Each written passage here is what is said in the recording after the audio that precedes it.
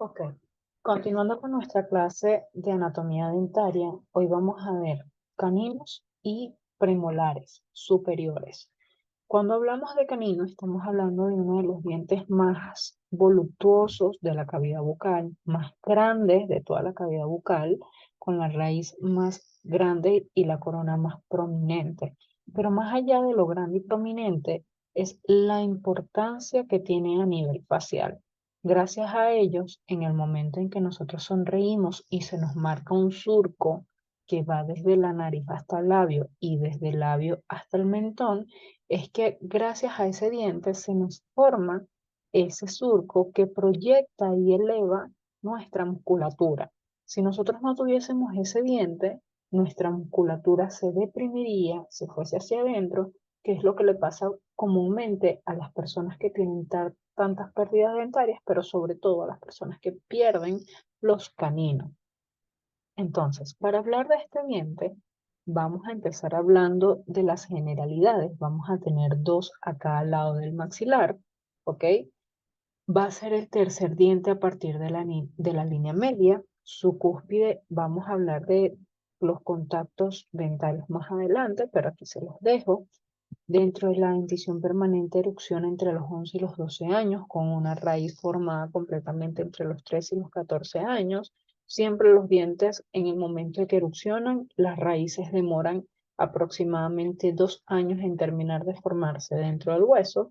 Este es un diente que mide entre 26 y 32 milímetros. Hay dientes caninos que pueden superar este rango.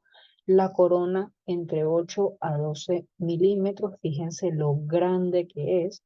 La raíz entre 16 a 20 milímetros. En su totalidad, esto es lo que manda. Generalmente, Wheeler refiere estas medidas. Todas estas medidas que yo les estoy diciendo acá son sacadas del libro de Wheeler, la 10ª edición, que es la que tienen ustedes. Si mi memoria no me falla. El punto es que estas medidas sacadas del libro de Wheeler, eh, hay veces que la clínica la vamos a ver mucho más, es decir, vamos a tener un canino que puede medir hasta 35 milímetros, por ejemplo, como me sucedió a mí, que llegó un paciente para endodoncia es tratamiento de conducto, y resulta que cuando le vemos radiográficamente el canino, o sea, era un monstruo de dientes, me refiero, la palabra es hablar lo que era bastante, bastante grande. Entonces fue maravilloso para el especialista hacerle su tratamiento endodóntico. Sin embargo, para mí era una locura el punto de la longitud de este diente. Bien, estas van a ser nuestras características escritas, pero vamos a hablar de lo que nosotros vemos. Como higienistas dentales, ¿qué nos importa? Identificación dentaria, por supuesto, pero más allá de ello es entenderlo. Vamos a hablar de que presenta una forma pentagonal, ¿ok? Además, va a tener 3 lóbulos de desarrollo, siendo el lóbulo central es el más grande, el que proyecta la forma cúspide. Fíjense que canino es uno de los dientes anteriores, pero con una particularidad a nivel incisal. ¿Y cuál es esa particularidad? La particularidad proviene de que este diente tiene una forma cuspidia. ¿Ok? No es un borde incisal como si lo tiene incisivo central e incisivo lateral, tanto superior como inferior. Y esto, a pesar de que sea una forma puntiaguda, sigue siendo un diente anterior. Por supuesto que sí. No lo dice la doctora Carl López, no lo digo yo, lo dice el libro de Wheeler, que forma parte de los dientes anteriores, con la particularidad de su forma, sí, pero sigue siendo un diente anterior. Entonces, ¿cómo nosotros vamos a ubicar esas formas geométricas y esas estructuras anatómicas? Bueno, vamos a ir hablando de cada una de ellas. Vamos a hablar principalmente o primero de lo que sería nuestra línea cervical, que como bien lo hemos visto en los demás videos, cuando hablo de la línea cervical, generalmente es cóncava. Sí, es cóncava porque ella se proyecta hacia adentro, ¿ok? Dándole más volumen a la corona y bueno, separándomela de la raíz. Además de la línea cervical, ¿qué más vamos a notar? Las líneas de imbricación. Fíjense que es una estructura que vamos a notar en los dientes anteriores. Seguido de esto, antes de continuar con las características anatómicas, vamos a hablar de identificar los lados. Vamos a hablar de mesial y distal. Como bien lo dice aquí, el vértice mesial es más corto y más bajo, y aquí el vértice distal es más largo y más alto. Cuando yo hablo de vértice, tengo que dividir desde la parte media de su cúspide, ¿ok? Desde la parte más media de su cúspide y pasar una línea imaginaria. Esa línea imaginaria es el vértice del cual él está hablando, con la literatura, mi libro de Wheeler me está diciendo. Entonces, tenemos este vértice que dice que es más corto y más bajo. Y tenemos mi otro vértice que me dice que es más largo y más alto. Bueno, vamos a medirlo, vamos a ver, vamos a demostrar si eso es cierto. Hago aquí la línea, ok, que me llega hasta acá y voy a pasarla. ¿Cómo la paso? Bueno, de esta manera. Cuando yo hablo de que el vértice distal es más alto, me refiero a que se proyecta más hacia cervical. En cambio, el vértice mesial es más hacia incisal. ¿Ok? Entonces, para que ustedes se lo aprendan así sencillito. ¿Cómo determinar mesial y distal en un canino que también va a aplicarme para los premolares? Bueno, por lo siguiente, este vértice que estamos viendo acá es más corto, en mesial, siempre en mesial, y este vértice es más largo en distal. Así yo voy a conocer cuál es mesial y cuál es distal. Entonces, ahora sí, continuando con mis reparos anatómicos, vamos a ver que tenemos tres surcos, tres lóbulos, divididos por dos surcos bien marcados. Entonces, el lóbulo central va a ser el más ancho, el que tiene esa forma cuspidia, y me los va a dividir esos dos surcos que vamos viendo acá. Entonces, ¿cómo se llama este surquito? Este surquito se llama surco necio vestibular y este surco se llama surco distovestibular.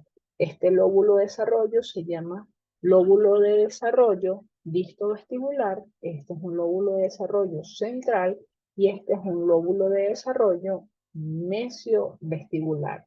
Y esos señores básicamente van a ser las estructuras anatómicas que van a predominar en un canino superior permanente.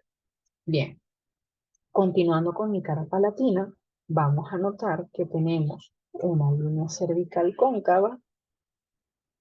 Vamos a notar también un cíngulo completamente redondeado, ¿ok? Que es como yo les hablé al principio. Bueno, aquí lo vamos a notar. Este cíngulo completamente redondeado y bastante predominante. Luego vamos a hablar, vamos de una vez a diferenciar aquí este vértice en comparación a este está más largo, quiere decir que este es el distal, y este está más corto, quiere decir que este es el mesial. Entonces, continuando acá, tenemos lo que vamos a conocer como la cresta marginal mesiopalatina y esta cresta marginal distopalatina. ¿Ok? Luego de esto, vamos a conocer lo que sería la cresta palatina, que si bien recordamos en la clase de donde yo les estaba diciendo los nombres de las estructuras anatómicas, los conceptos de las estructuras anatómicas, y les dije que una cúspide estaba formada por cuatro, por cuatro vértices. Bueno, básicamente estoy hablando, o por cuatro crestas, perdón. Estoy hablando en vestibular no, veo 3 y aquí en palatina veo 1. Al final, esta cresta con los otros tres lóbulos me van a formar esa forma cuspidia. Y es por ello que este señor que está acá tiene una cúspide, porque tenemos una cresta palatina de este lado, que esto de cresta lingual no, cresta palatina de este lado, y por vestibular que vamos a tener los tres lóbulos. Esas tres unidas con esta me van a dar la forma cuspidia. Entonces, esta sería mi cresta palatina, estas serían mis crestas marginales, como cual ya les estuve diciendo, y al momento de que yo veo una elevación acá, que es esta cresta, voy a tener entonces dos fosas, una fosa mesio-palatina y una fosa disto-palatina, ¿ok? Y por último, voy a tener lo que voy a conocer como borde incisal, ¿ok? Ese borde incisal va a ser este señor que está acá. Todo este señor que está aquí, que ya lo vamos a ver más adelante. Entonces, esos van a ser todos los reparos anatómicos que yo voy a tener por la cara palatina. Yéndonos a interproximal, vamos a tener forma igual triangular y triángulo invertido con un vértice hacia cervical, con una base hacia cervical y unos vértices hacia incisal, una línea cervical cóncava. En distal, ¿qué voy a anotar? En distal voy a anotar también un vértice, una forma triangular con una base hacia cervical, unos vértices hacia incisal, una cara distal que me proyecta más protuberancia, ¿ok? Más convexidad. Fíjense acá, esta no me la muestra tanto, pero esta sí. Y ya lo vamos a ver desde incisal. Una línea cervical igual cóncava, los puntos o áreas de contacto van a estar en tercios medios. Y aquí, si yo les pregunto a ustedes cómo determinar cuál es mesial y cuál es distal, volvemos a los vértices.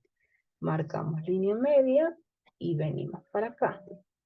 Y luego venimos para acá. Quiere decir que esto es distal y quiere decir que esto es mesial.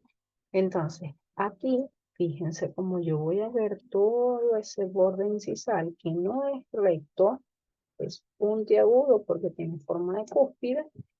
Vamos siendo desde distal más largo, siendo desde de mesial más corto, y en distal lo vamos a ver más convexo. Vamos a notar perfectamente una mayor protuberancia de este lado. Y aquí, bueno, todos los reparos anatómicos del cual yo les estoy hablando ahorita.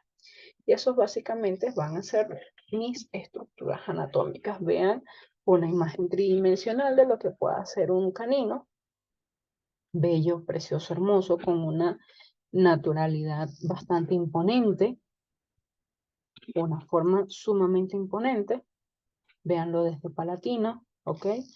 Fíjense acá como yo veo lo que sería el cíngulo, las crestas marginales, ¿ok? Que están acá, aquí como las estoy viendo, aquí la cresta palatina, aquí estoy viendo las fosas, de acuerdo a cómo se encuentran. Miren este borde incisal que parece como un tiburón, ¿ok? Fíjense este lado acá y vean este lado acá. Esto es distal, más largo, esto es mesial y es más corto. Bien, continuando entonces, vamos a hablar para no... Y primero, ok, para no quitar la presentación, vamos a continuar hablando del primer premolar superior. Dentro de las generalidades, su principal función es triturar los alimentos. Algo que quiero hacer paréntesis acá, en el canino es del desgarre. Él se va a encargar de desgarrar los alimentos. Y si recordamos la función de los incisivos es cortar. Entonces los incisivos cortar, los caninos desgarrar y los premolares triturar los alimentos. Es un diente birradicular y bicuspidio. Birradicular quiere decir que tiene dos raíces. Bicuspidio quiere decir que tiene dos cúspides. Hace erupción aproximadamente entre los 10 y los 12 años, una longitud promedio de 21 milímetros, una corona de 8 milímetros, una raíz de 13 milímetros, un diámetro. Cuando yo hablo de diámetro mesio-distal es lo ancho, ¿ok? Es de 7 milímetros y vestíbulo palatino es una anchura, pero en sentido de vestibular hacia palatino de 9 milímetros, ¿ok? Entonces esto mide 9 y esto mide 7, ¿ok? Entonces, cuando hablamos de este diente, ya aquí tenemos unas características nuevas. Es que este es birradicular, tiene dos raíces, y bicuspidio, tiene una cúspide vestibular y una cúspide palatina. Vamos a hablar de nuestra cúspide vestibular. Aquí tenemos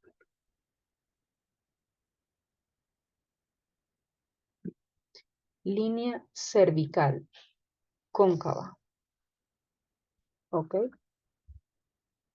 Ya en dientes posteriores no le llamamos eh, lóbulos de desarrollo, le llamamos crestas, ¿ok?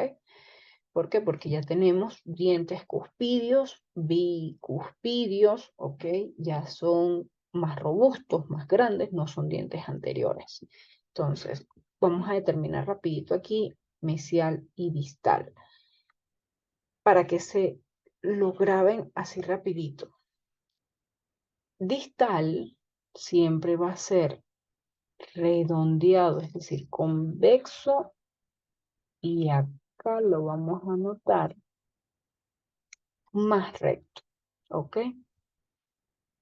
En cambio, distal, perdón, ese es distal, y mesial va a tener una doble forma, que en el libro de Wheeler lo van a leer tal cual. Doble forma en el sector mesial, ¿ok? Viéndolo desde vestibular, donde la convexidad va a ser del tercio oclusal a tercio medio y la concavidad va a ser de tercio medio a tercio cervical. Y esa característica nosotros la vamos a notar en mesial. Y esto así, redondeado, es decir, convexo y ligeramente recto hacia cervical, lo vamos a notar en distal. Entonces, vamos a tener una, dos y tres crestas divididas por dos surcos. Fíjense que a pesar de que cambian los nombres, seguimos manteniendo, ¿ok? Esta característica que tenemos también en los dientes anteriores. Esta sería cresta disto vestibular, cresta central y cresta mesio vestibular. Línea cervical cóncava, surco mesio vestibular, surco disto vestibular. ¿Van a ser igual de marcados esos surcos que en dientes anteriores? No, estos no van a ser tan marcados. Luego, en el sector palatino, vamos a notar lo que nosotros vamos a llamar como acá, otra cosa que se me olvidaba, forma geométrica trapezoide. Perdón, pentagonal, muy parecida o no muy parecida, igual a la del canino. Pero aquí en palatino, Wheeler no le dice forma geométrica pentagonal. Él le llama forma esférica. Y es que a pesar de que estos tienen una cúspide palatina, los reparos anatómicos aquí no son detallados, todo está unido y por ende nosotros no lo podemos calificar. Sin embargo, sabemos que tiene una línea cervical cóncava, ¿ok? Su vértice mesial va a ser más corto, el vértice distal va a ser más largo, véanlo acá, ¿ok? Vértice mesial, vértice distal, pensé que se cumple el mismo criterio que en canino, la doble forma en mesial como les hablé, aquí convexo, aquí cóncavo, aquí convexo y ligeramente recto, ¿ok? Vean esa forma bella y preciosa que tiene en palatino, y bueno, aquí forma ovalada o semiesférica, ¿ok? Esa es la cara palatina, la cual es más pequeña que la cúspide vestibular. Fíjense que de aquí yo veo toda la cúspide vestibular bien proyectada porque esta es más pequeña. Ok, luego de ella vamos a pasar a las caras interproximales, mesiales y distales. Según Wheeler, otra forma de determinar cuál es mesial y cuál es distal es que la cresta marginal disto vestibular va a ser más larga que la cresta marginal disto vestibular. Es decir, la mesiovestibular, la cresta marginal mesiovestibular va a ser más larga, la cresta marginal disto vestibular va a ser más corta. Y aquí, como yo se los estoy graficando, bueno, perfectamente ven la diferencia. Este es el surco central que ya lo vamos a conocer, se va a encontrar en la cara oclusal, pero él se proyecta hacia las caras interproximales y me divide las crestas marginales en dos. Una disto vestibular y una distopalatina. Una mesiovestibular y una mesiopalatina. La línea cervical cóncava, y según Wheeler dice que él tiene una forma geométrica trapezoide, ¿ok? Una base mayor en cervical y una base menor en oclusal, siendo básicamente esta forma que estoy marcando acá, ¿ok? Que también la vamos a notar aquí. Una base más corta con una base más larga que la vamos a proyectar hacia cervical. Disculpen de verdad la forma geométrica tan poco detallada, pero dibujar por aquí sí es bastante complicado. Bien, eso es lo que vamos a anotar nosotros aquí. Y el punto o área de contacto va a estar en el tercio medio, en ambos lados.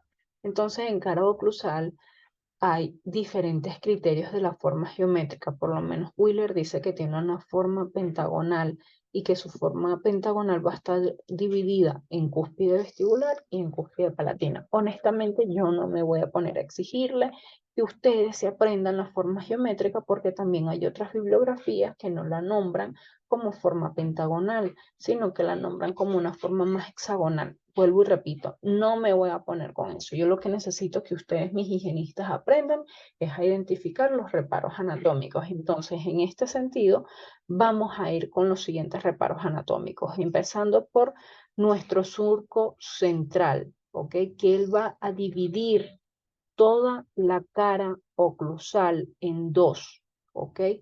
Dividiéndome la cúspide vestibular de la cúspide palatina. Luego, vamos a empezar a hablar de lo que sería mesial y distal. Entonces, mesial vamos a tener en este lado una fosita denominada fosita ocluso mesial y fosita ocluso distal, ¿ok? Esas van a ser mis dos fositas. Luego vamos a notar unas características anatómicas denominadas crestas triangulares. Estas crestas triangulares van a acompañar a cada cúspide. Si un diente tiene 5 cúspides, nosotros vamos a tener 5 crestas triangulares, porque en cada cúspide va a haber una cresta triangular. ¿Y cómo se llama esta cúspide, esta cresta triangular? Prestar atención y grabarse esto, porque si ustedes no lo ponen, por lo menos en un examen mío, no lo ponen como yo se lo estoy diciendo, que ese es el nombre y apellido del reparo anatómico, eso está malo. Entonces, aquí vamos a hablar de la cresta triangular, ocluso porque está en la cara oclusal, vestibular. Vuelvo y repito, cresta triangular, ocluso, vestibular. Ocluso porque está en la cara oclusal, vestibular porque pertenece a la cúspide vestibular. Entonces esta se llamaría cresta triangular, ocluso, palatino. Cresta triangular, ocluso, palatino. ¿Por qué? Bueno, esto es una cresta triangular que se encuentra en la cara oclusal, pero en la cúspide palatina. Importante ese nombre. Entonces, posterior a esto tenemos lo que llamamos las crestas marginales, que si bien el surco central se proyecta hacia las caras interproximales, él me divide en 4 crestas marginales estas estructuras. Entonces, sería cresta marginal mesiovestibular, cresta marginal mesiopalatino, cresta marginal distovestibular y cresta marginal distopalatino. Fíjense que todas las estructuras se llaman de acuerdo a la posición en la que se encuentra. Esto que está acá le vamos a llamar surcos accesorios, que no hay una cantidad de surcos accesorios específicos. Solo sabemos que están a cada lado de las crestas triangulares. ¿Ok? Pueden haber 3, pueden haber 7, pueden haber 10.